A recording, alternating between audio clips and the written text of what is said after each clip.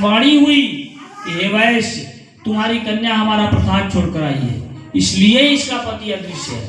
यदि यह घर जाकर के प्रसाद खाकर लौटे तो इसका पति अवश्य मिलेगा। आकाशवाणी सुनकर कलावती घर पहुंची, प्रसाद ग्रहण की, तत्पश्चात आकर के अपने पति के दर्शन किए। फिर अपने पिता से बोली कि अब आप विलंब क्यों कर रहे हैं, घर चलिए। कन्या के मुख से आवाज सुनकर साधु बड़े हर्ष, अपार हर्ष के साथ भगवान सत्यदेव का वही विधिवत नदी के किनारे ही विधिवत पूजन किया।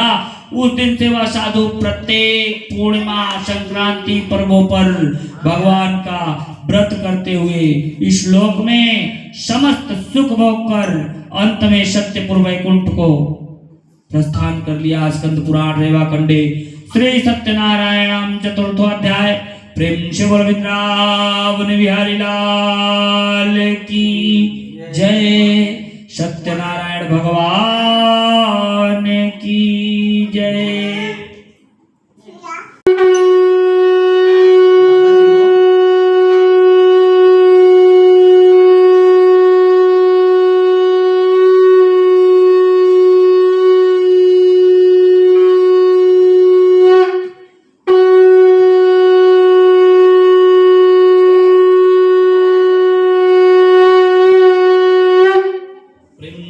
भगवान की जय। सत्यनारायण भगवान की जय। पंचमो अध्याय श्रोतवाच। उसको छोड़ दीजिए, दूसरा ले लीजिए अक्षत पुष्प।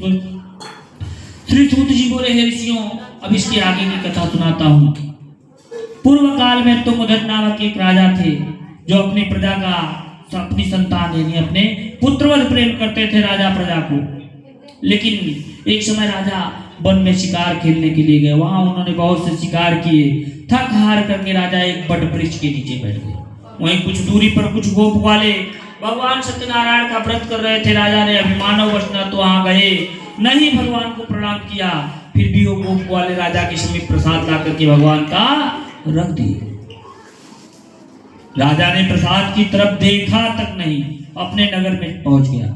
नगर में पहुंचकर देखा तो राजा का धन धान्य सब कुछ नष्ट हो गया। फिर वो उसी स्थान पर वापस गया जहां ग्वाल बाल थे, विधि पूर्वक भगवान का पूजन कर रहे थे। वहां सभी को बुला करके विधि पूर्वक भगवान सत्यनारायण का पूजन किया, सब कुछ पुनः प्राप्त कर लिए।